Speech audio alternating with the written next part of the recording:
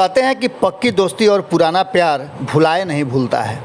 ऐसा ही राजनीति में भी देखने को मिल रहा है और बिहार की राजनीति में एक बार फिर से पुरानी दोस्ती की दुहाई और याद दोनों दी जा रही है। कहा यह जा रहा है कि कहीं ना कहीं दोस्ती टूटने के बाद परेशानियां बढ़ गई हैं और परेशानी एक ही तरफ नहीं, दोनों तरफ बढ़ गई है। जहां एक तरफ लालू प्रसाद उम्र के अंतिम पड़ाव में चल रहे हैं, हालांकि शारीरिक रूप से वो काफ़ी मजबूत नज़र आ रहे हैं और मानसिक रूप से भी वो काफ़ी मजबूत हैं। उन्होंने हाल फिलहाल में 2 दिन पहले भी अपने पार्टी के कार्यकर्ताओं को संबोधित करते हुए कई ऐसी बातें कहीं जिसने इस बात की तरफ इशारा किया कि किस तरह से लालू प्रसाद काफ़ी मजबूत हैं। वहीं तेजस्वी यादव को स्थापित करने की उनकी मंशा जो है या उसके लिए जो कार्य वो कर रहे हैं वो पूरी तरह से नज़र आया। दूसरी तरफ नीतीश कुमार जो उनके परम प्रिय मित्र कहे जाते हैं, हालांकि दोनों में राजनीतिक दूरियां जरूर हैं, लेकिन दोनों को जब भी ज़रूरत महसूस हुई है एक दूसरे का साथ दिए हैं। कभी लालू प्रसाद को मुख्यमंत्री बनाने के लिए हर चीज़ को ताक पर रख करके, सारी बातों को ताक पर रख करके नीतीश कुमार ने प्रयास किया था और लालू प्रसाद को मुख्यमंत्री की कुर्सी तक पहुंचाया था। वहीं अगर देखा जाए तो लालू प्रसाद को कुर्सी से उतारने में भी उनकी भूमिका बड़ी रही थी।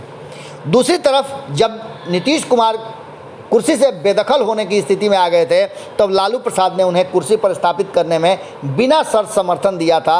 ये बातें सब कोई जानते हैं।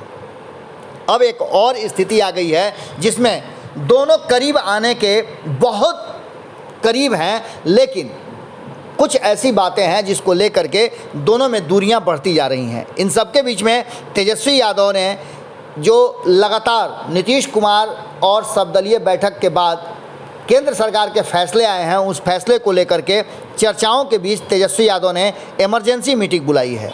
आपको बता दें कि राजद नेता तेजस्वी यादव ने 10 सर्कुलर रोड में महागठबंधन के नेताओं के साथ जातीय जनगणना कराने के मुद्दे पर जो केंद्र सरकार के फैसले आए हैं, जो न्यायालय में हलफनामा दाखिल किया गया है, उसके खिलाफ और उसके लिए अहम बैठक बुलाई थी और मुख्यमंत्री नीतीश कुमार को इस बैठक में 3 दिनों का वक्त दिया गया है सोचने समझने विचार करने और अंतिम फैसला सुनाने के लिए।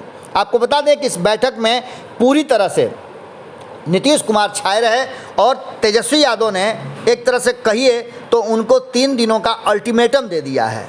आपको याद होगा कि किस तरह से नीतीश कुमार एक तरह से समझिए सर पे हाथ रख करके तेजस्वी यादव को लेकर के दिल्ली गए थे और प्रधानमंत्री नरेंद्र मोदी के सामने उन्होंने जातीय जनगणना कराने का प्रस्ताव रखा था। इसके बाद प्रेस कॉन्फ्रेंस करके उन्होंने बताया था कि तेजस्वी यादव के पहल पर यह सर्वदलीय कमेटी आई है। अब इन सब के बाद जब केंद्र सरकार का फैसला आ गया है और नीतीश कुमार चुप्पी साध लिए हैं, हालांकि उनकी पार्टी बोल रही है और अभी भी संभावनाएं व्यक्त की जा रही हैं। जहां एक तरफ ललन सिंह ने स्पष्ट तरीके से कहा कि अभी जातीय जनगणना शुरू कहाँ हुई है कि इस पर ना होगा और होगा की बातें चल रही है, वहीं संजय झा ने भी जो बातें कही हैं वो आपको अच्छी तरह से याद है। दूसरी तरफ आपने देखा होगा किस तरह से अशोक चौधरी भी इस मुद्दे पर स्पष्ट कर रहे हैं कि जातीय जनगणना होनी चाहिए। यहाँ तक कि चिराग पासवान भी जातीय जनगणना के पक्ष में हैं। लेकिन इन सब के बीच में नीतीश कुमार की चुप्पी कहीं ना कहीं बहुत सारी बातें कह रही हैं। जहां एक तरफ इस गुप्त बैठक में, इमरजेंसी बैठक में नीतीश कुमार छाए रहे, वहीं तेजस्वी यादव ने कांग्रेस, माले, सीपीआई और सीपीएम नेताओं की उपस्थिति में कहा कि जातीय जनगणना के मुद्दे पर केंद्र सरकार का सुप्रीम कोर्ट को दिए गए हलफनामे से स्पष्ट होता है कि वो जातीय जनगणना नहीं कराएगी। ऐसी स्थिति में बिहार विधानमंडल से सर्वदलीय पारित करने वाले प्रस्ताव में बिहार भाजपा कैसे शामिल हुई? उन्होंने सवाल तो भाजपा पे खड़े किए हैं। वहीं नीतीश कुमार को 3 दिन का अल्टीमेटम दिया है और स्पष्ट तरीके से कहा है कि हमें पूरी उम्मीद है कि नीतीश कुमार एक बार फिर से अपने जो पुराने जो विचार हैं जिसको लेकर के उन्होंने हम सब के साथ खड़े होने का काम किया था, एक बार फिर से इस मुद्दे को गंभीरता से लेंगे। बैठक में निर्णय लिया गया कि मुख्यमंत्री नीतीश कुमार इस मुद्दे पर अपना रुख स्पष्ट करें और उन्हें इसके लिए 3 दिन का समय दिया गया है। उसके बाद महागठबंधन अपनी रणनीति तय करेगी। इसी बैठक में 27 तारीख को तय किया गया कि जो देशव्यापी आंदोलन है किसानों का, उस आंदोलन में भी हिस्सा लिया जाएगा। हालांकि किसान आंदोलन को लेकर के जदयू की तरफ से भी बयान आ गया है। केसी त्यागी ने स्पष्ट तरीके से इस आंदोलन को समाप्त कराने के लिए केंद्र सरकार को पहल करने और अपने जिद से हटने की भी बात कही थी।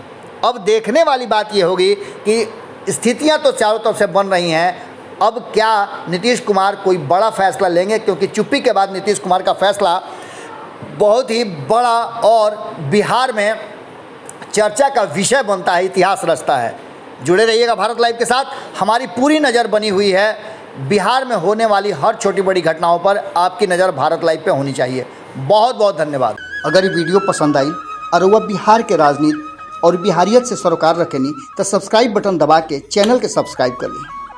ओजे एगो घंटी बा, ओकरा बटन दबा देला से कुल सटीक और मारक खबर रुआ मुफ्त में मिल जाई। अगर रुआ पत्रकारिता के हमनी के नया प्रयोग में सहयोग कर चाहतानी तो ज्वाइन बटन दबा दी। पेटीएम नंबर नोट कर ली 9386816700। धन्यवाद।